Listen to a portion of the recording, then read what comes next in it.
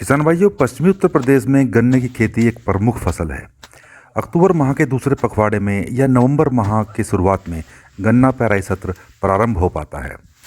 पेडी गन्ना चीनी मिल में डालने के बाद किसान भाई गेहूं की बुआई कर पाते हैं। कई बार पर्याप्त सप्लाई बल्कि न होने के कारण किसान भाई दिसंबर माह के अंत तक ही गेहूं की फसल की बुआई कर पाते हैं। अगर हरियाणा पंजाब की बात करें तो यहाँ गेहूं व धान की खेती प्रमुखता से की जाती है। समय से धान की फसल कट जाने की वजह से वहाँ किसान भाई समय से गेहूं की फसल की बुआई कर पाते हैं। जनवरी माह निकलते निकलते यहाँ गेहूं की फसल में बालियां निकलने की अवस्था शुरू हो जाती है। किसान भाइयों, इस वीडियो में हम चर्चा करेंगे ज़रूरत से ज़्यादा बरसात होने की वजह से गेहूं की फसल में होने वाले नुकसान की। गेहूं फसल में होने वाले नुकसान को कम करने के लिए हम क्या उपाय कर सकते हैं, जानने के लिए वीडियो अंत तक जरूर देखें।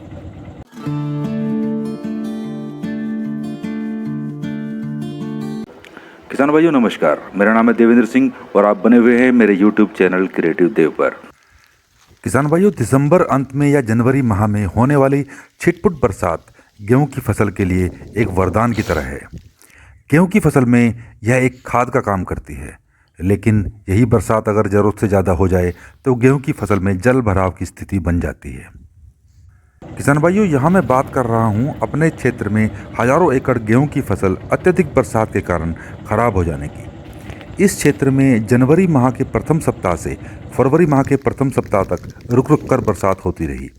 उधर हिमालय की शिवालिक रेंज में होने वाली बरसात का पानी भी खालों से नालों में बहकर इसी क्षेत्र से होकर गुजरता है और यमुना नदी में जाकर गिरता है, जो यहाँ से मात्र 8 से 10 किलोमीटर की दूरी से होकर बहती है। किसान भाइयों, हमारे यहाँ भूमिगत जल स्तर हमेशा ही 8 से 15 फीट के अंदर बना रहता है। निरंतर बरसात होने से और हिमालय की शिवालिक रेंज से बहकर आए पानी की वजह से भूमिगत जल स्तर तेजी से बढ़ता है। एक बार जल स्तर भूमि के लेवल तक पहुँच जाने की स्थिति को हमारी लोकल भाषा में चोआ उबलना बोलते हैं। ऐसी स्थिति में अगर खेत से जल निकासी की व्यवस्था नहीं है तो खेत में पड़ा पानी कम होता दिखाई नहीं देता। गेहूं की फसल में निरंतर जल भराव रहने की स्थिति में छोटी फसल समाप्त हो जाती है और बड़ी फसल में भी पत्तियां पीली पड़नी शुरू हो जाती हैं।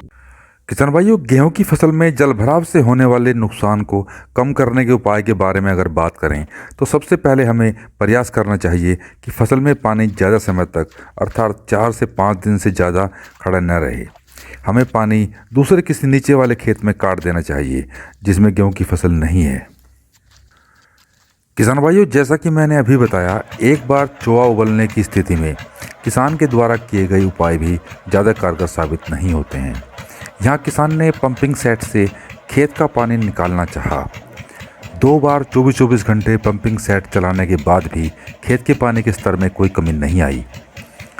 ये वीडियो क्लिप जो आप देख रहे हैं पानी निकालने के 10 दिन बाद की है। आप देख रहे होंगे फसल खराब हो चुकी है और खेत में अभी भी पानी खड़ा हुआ है। इसका पानी तो अब कुदरती ही खत्म होगा। हालांकि प्रयास करना, मेहनत करना हमारा कर्तव्य है। किसान भाइयों, ऐसे खेत में जिसमें जल भराव 20 से 25 दिन तक रह जाए तो कोई उर्वरक या कोई स्प्रे भी काम नहीं करता है। हाँ, अगर खेत का पानी 6 से 7 दिन में उतर जाए लेकिन पत्तियाँ पीली पड़नी शुरू हो गई हों तो ऐसे खेत में 20 से 25 किलोग्राम यूरिया में 3 से 5 किलोग्राम सल्फर 80% WDG को मिक्स करके 1 एकड़ खेत में डाल दें। सल्फर WDG एक फफूंदनाशक होने के कारण गेहूं की जड़ों में अत्यधिक नमी होने की वजह से बनने वाली फफूंद की रोकथाम करेगा। इसके साथ साथ यह खेत की मिट्टी को खुश्क भी करेगा और मिट्टी के pH मान को भी ठीक करेगा, क्योंकि लंबे समय तक जल भराव रहने की वजह से खेत की मिट्टी का pH मान बढ़ जाता है। मतलब हमारी मिट्टी क्षारीय या अल्कलाइन बन जाती है। इसका pH मान बढ़कर 9 से 10 तक पहुंच जाता है, जबकि गेहूं की फसल के लिए pH मान 5 से 7.5 के बीच होना चाहिए। मतलब मिट्टी ना ज़्यादा अम्लीय अर्थात एसिडिक हो और ना ही ज़्यादा क्षारीय या अल्कलाइन हो। सल्फर 80% WDG अगर उपलब्ध न हो तो कार्बनडाजिम व मैंकोजेब फफूंदनाशक की 1 किलोग्राम मात्रा 20 से 25 किलोग्राम यूरिया में मिक्स करके 1 एकड़ खेत में डाल दें। कॉन्टैक्ट व सिस्टमेटिक फफूंदनाशी होने के कारण यह जड़ों के साथ साथ पत्तियों में लगने वाली फफूंद से भी फसल की रक्षा करेगा। इसके साथ ही किसान भाई कैल्शियम सल्फेट या अमोनियम सल्फेट की 8 से 10 किलोग्राम मात्रा प्रति एकड़ के हिसाब से खेत में डाल दें। यह मिट्टी के pH मान को कम करेगा। अगर खेत में ज़्यादा गारा या कीचड़ नहीं है तो प्रोपिकोनाजोल 250 से 300 ml प्रति एकड़ या टेबुकोनाजोल 250 ग्राम को 1 एकड़ खेत में छिड़काव कर दें। किसान भाइयों, अगर जलभराव की स्थिति नहीं है तो भी यह पीला रतुआ अर्थात येलो रस्ट हिमालय के तराई क्षेत्रों में और उन क्षेत्रों में जहां धुंध ज़्यादा पड़ती है गेहूं की फसल में आने वाली एक प्रमुख बीमारी है। वातावरण में मौजूद अत्यधिक नमी से ये फफूंद जनित रोग होता है। इस परिस्थिति में भी बताए गए फफूंदनाशी का स्प्रे आप गेहूं की फसल में कर सकते हैं। किसान भाइयों, जलभराव से गेहूं की फसल में होने वाले नुकसान को कम करने के लिए आपके पास अगर कोई सुझाव है तो कमेंट बॉक्स में ज़रूर लिखें। आज की वीडियो में इतना ही।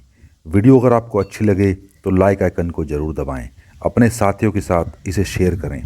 इसी तरह की कृषि संबंधित वीडियोस देखने के लिए मेरा यूट्यूब चैनल क्रिएटिव देव को सब्सक्राइब कर लें और पास में आने वाले बेल आइकन को दबाकर ऑल नोटिफिकेशन ऑन कर लें, जिससे मेरी आने वाली वीडियोस की नोटिफिकेशन आपको मिलती रहे।